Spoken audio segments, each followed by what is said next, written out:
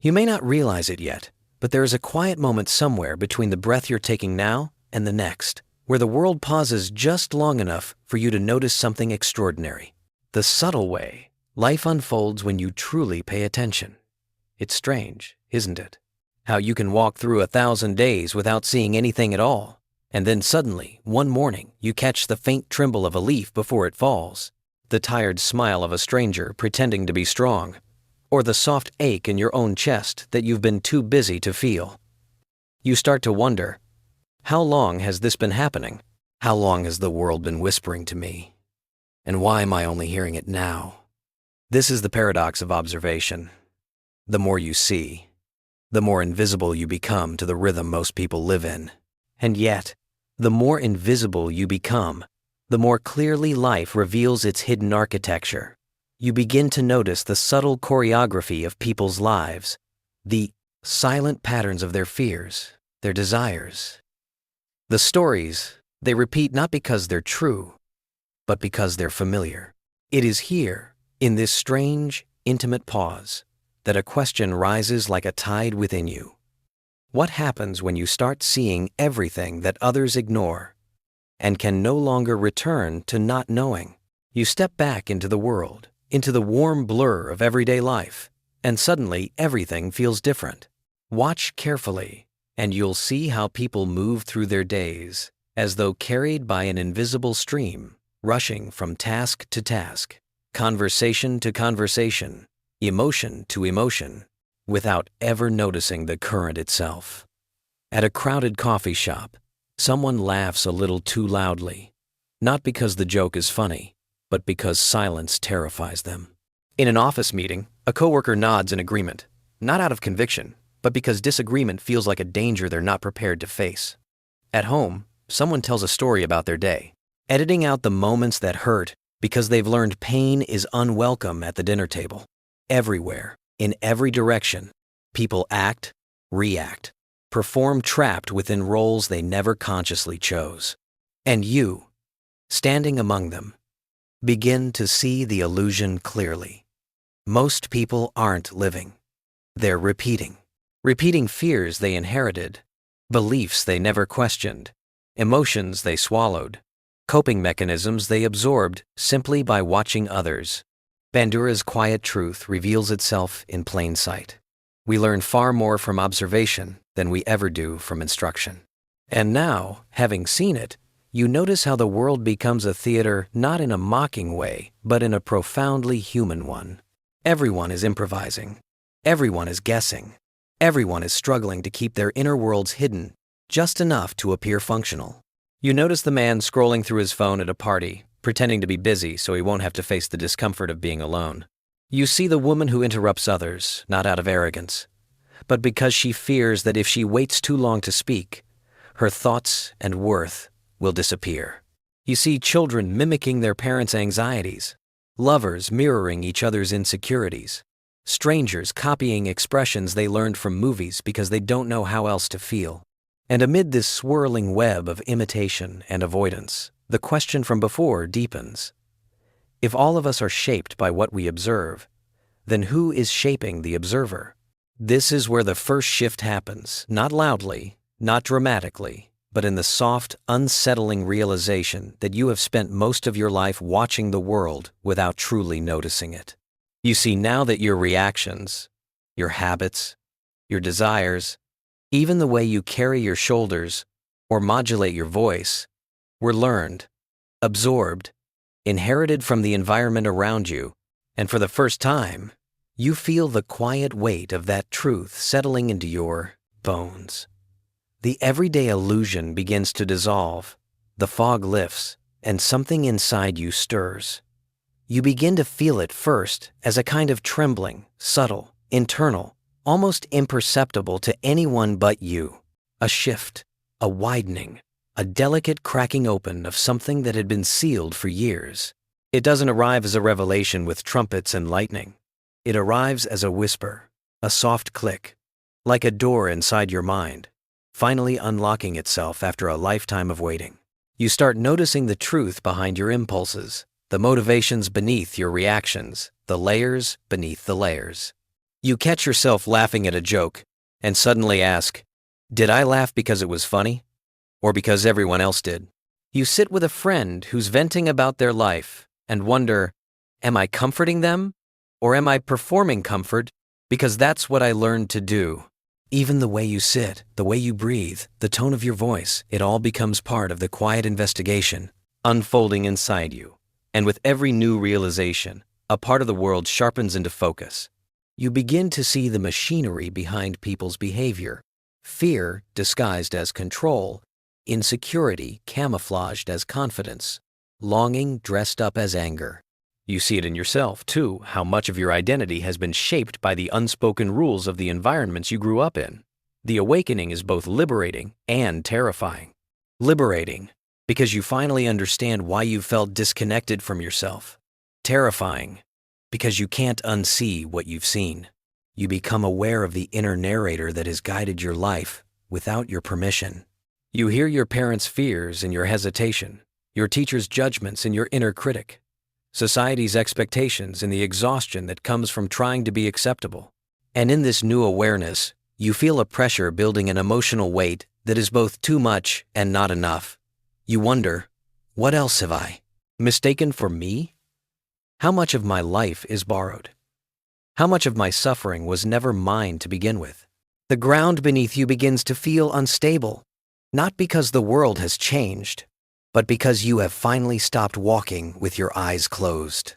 And yet, this awakening, for all its discomfort, comes with a strange sense of clarity.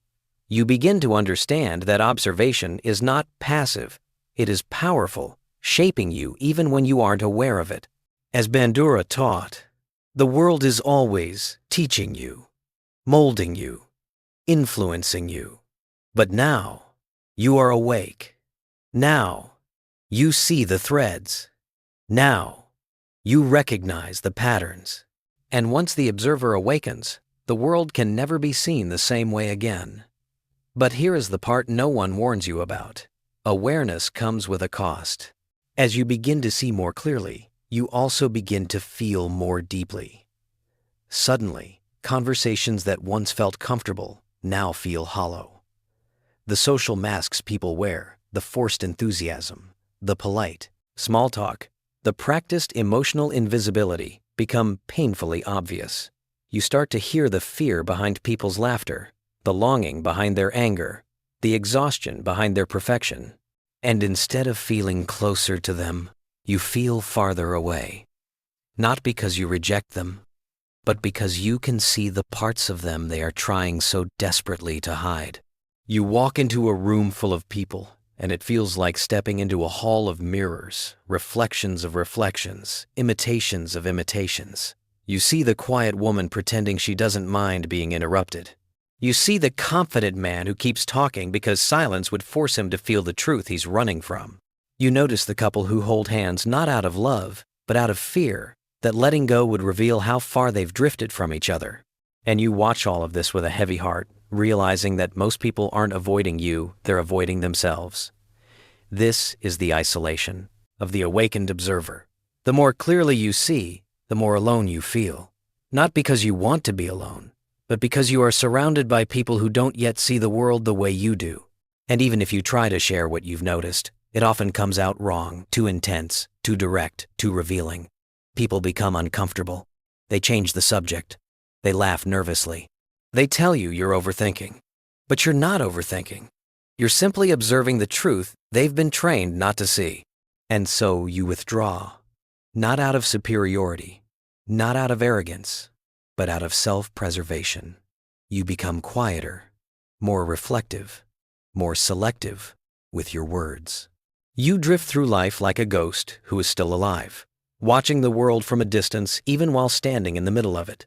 You begin to wonder if there is something wrong with you, if perhaps you were not meant to see things so clearly, if perhaps this sensitivity is a flaw, a burden, a curse. But deep down, a softer voice whispers that the isolation you feel is not punishment, it is preparation. The world looks different now, because you are different now. You're no longer a participant, lost in the flow.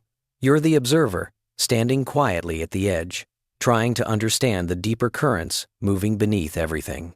And with this awareness comes a question that begins to burn quietly in your chest. What do you do with the things you see that others refuse to notice? You begin to feel the tension of this question tightening inside you, like a thread pulled slowly through fabric. You see suffering that others overlook. You see patterns repeating themselves in people's lives, loops so obvious they glow like neon signs. You watch friends sabotage their own happiness out of fear. Watch strangers carry unspoken grief in their shoulders. Watch loved ones build emotional walls higher and higher because no one ever taught them how to feel safe. And now the conflict becomes unavoidable. Do you speak or do you stay silent? If you speak, you risk breaking something, an illusion someone depends on, a comfort they've built their life around, a narrative they aren't ready to question. If you stay silent, you feel complicit, as though you're watching someone walk into a storm with no umbrella, and all you can do is hope the rain is gentle. This inner dilemma begins to shape your days. In conversations, you feel an urge rising in your chest to say what you see, that the anger your friend carries is really a plea to be loved, that the person who keeps pushing others away is terrified of being abandoned, that the one who seems the strongest is quietly collapsing inside. But you stop yourself, not because you don't care, but because you care so deeply. You know that truth delivered too early can be more painful than helpful.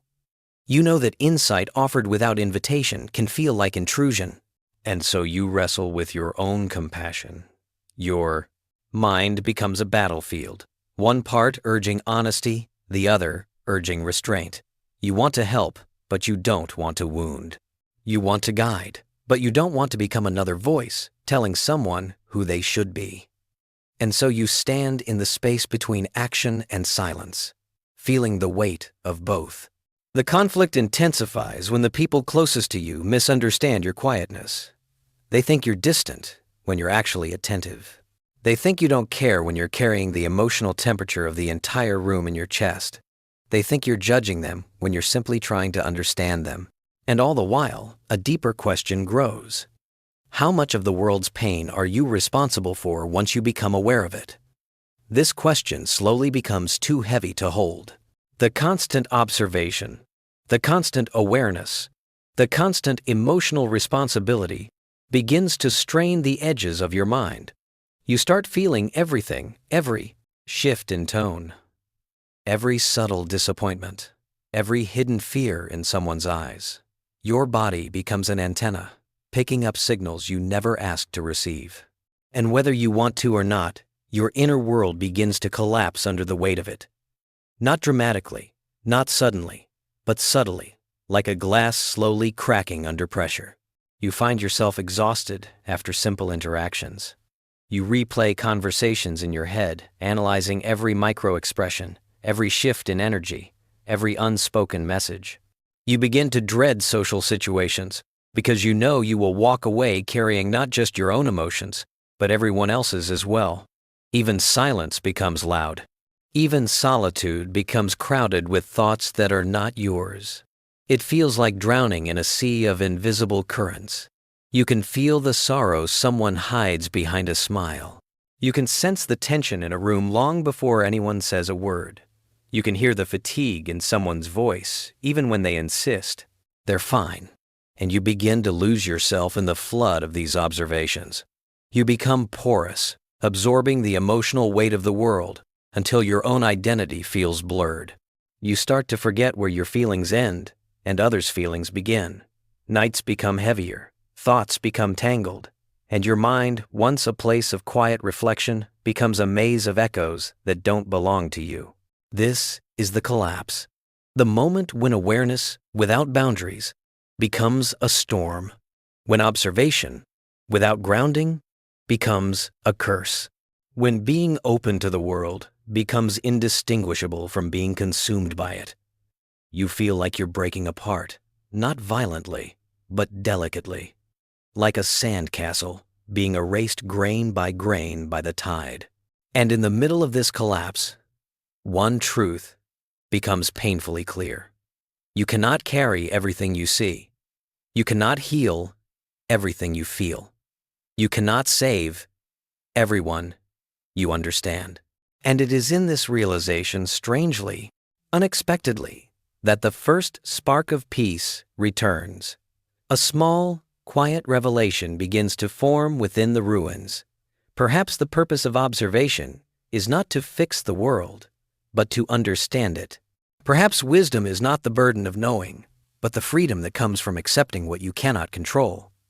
You begin to see that awareness without boundaries becomes suffering, but awareness with compassion and with limits becomes something else entirely. Clarity, strength, peace. You start to understand that you can witness someone's pain without absorbing it. You can care deeply without drowning. You can love without losing yourself. And slowly, you begin to release the belief that you must intervene in every struggle you notice. You realize that people grow not when someone steps in to correct them, but when they find their own way through the darkness. You understand that your role is not to be a savior, but a presence, a witness, a steady, unintrusive light. And with this understanding, the weight on your chest loosens. Your breath deepens. Your mind becomes still again. The world remains the same, full of unspoken pain, hidden stories, silent battles, but you no longer feel responsible for carrying it all. You watch with compassion instead of urgency. You listen with understanding instead of fear. You let others walk their path while you walk yours. And for the first time, observation becomes a gift instead of a burden. And now, as the dust settles inside you, a gentler clarity rises, quiet but unmistakably alive. You begin to understand that the true power of observation is not in collecting the world's wounds or diagnosing its hidden pains, but in seeing reality as it is, without drowning in it. You realize that every person you meet is carrying a universe, a fragile ecosystem of memories, fears, hopes, and bruises. To observe them is an honor, not a responsibility. To understand them is compassion, not obligation. And as this settles in your heart, something shifts. The world begins to widen again. The heaviness lifts. You start to walk through life with a calmer presence, not detached, not indifferent, but steady, centered, quietly receptive. You no longer feel compelled to interrupt someone's journey out of fear they might get lost. You trust that people are shaped not only by what they avoid, but also by what they face. You trust that pain itself can be a teacher, and that your role is not to shield others from the lessons life offers, but to stand beside them when they seek understanding. And slowly, a new kind of observation emerges within you, one grounded not in vigilance, but in wisdom. You begin to see beauty again. Subtle beauty, the kind you overlooked before. The way someone softens when they talk about something they love. The courage behind a person's trembling voice when they finally speak their truth. The quiet resilience of those who carry their history with grace. You notice small miracles. Now the gentleness of light through a window, the rhythm of footsteps on a quiet street, the ways people try every day to love the best they can with what they know. And you start to feel grateful, not for the illusion, not for the struggle, but for the clarity that grew from it. Because now, awareness is no longer a weight. It's a lens. A way of seeing without collapsing. A way of understanding without absorbing. A way of existing without losing yourself to everything you notice. And slowly, the wisdom you've gathered begins to integrate into your life. You move through conversations with deeper presence, but without the urgency to fix. You listen without carrying. You observe without judging. You allow people to reveal themselves in their own time, in their own language, without assuming responsibility for their unspoken hurts. And in doing so, something extraordinary happens. Connection becomes easier, more honest, more balanced. You no longer fear emotional depth because you no longer mistake it for emotional responsibility. You no longer withdraw from others because you know how to stay open without losing your center. You become someone who sees clearly, but loves gently. Someone who understands deeply, but intervenes mindfully. Someone who carries awareness like a soft lantern rather than a burning weight. And as you live this way, the paradox that opened this journey finally makes sense. The more clearly you see the world, the more quietly you must walk through it. Not unseen, not detached, but grounded in the understanding that observation is a gift, not a burden, a guide, not a chain, a light, not a flame, meant to consume you. And so, you return to the question that began everything. What happens when you start seeing everything others ignore? Now, the answer feels softer, kinder, wiser. You discover that observation is not meant to isolate you from the world, but to bring you back to it with deeper compassion. You discover that awareness is not meant to harden you, but to make you gentle. You discover that seeing the hidden patterns of life is not a curse, but an invitation to live with intention, to communicate with honesty, to love without illusion, and to exist with a clarity that is both grounding and freeing. You realize that the hidden power of observation, the very power Bandura uncovered, is not about becoming hyper-aware of others, but about becoming conscious of yourself within the tapestry of those around you. It's about noticing the influences that shaped you, and then choosing consciously, bravely, what to continue and what to release. It's about freeing yourself from inherited patterns so you can meet life as it truly is, not as you were conditioned to perceive it. And as this understanding integrates fully into you, something peaceful unfolds. You begin to live with open eyes and an open heart, aware but not overwhelmed, sensitive but not shattered, observant but not burdened. You understand now that you don't need to stop noticing the world. You only need to stop believing that everything you notice must become your responsibility. And in that freedom, the world becomes tender again. People become human again. You become whole again. You take a slow breath, feeling the quiet strength of someone who sees clearly, yet walks gently. And as you stand here, at the end of this journey, you realize that true observation is not about watching life from the outside. It's about standing in the middle of it with your eyes open, your boundaries steady, and your heart soft enough to feel without falling apart. That is the hidden power. That is the lesson. And now, it is yours.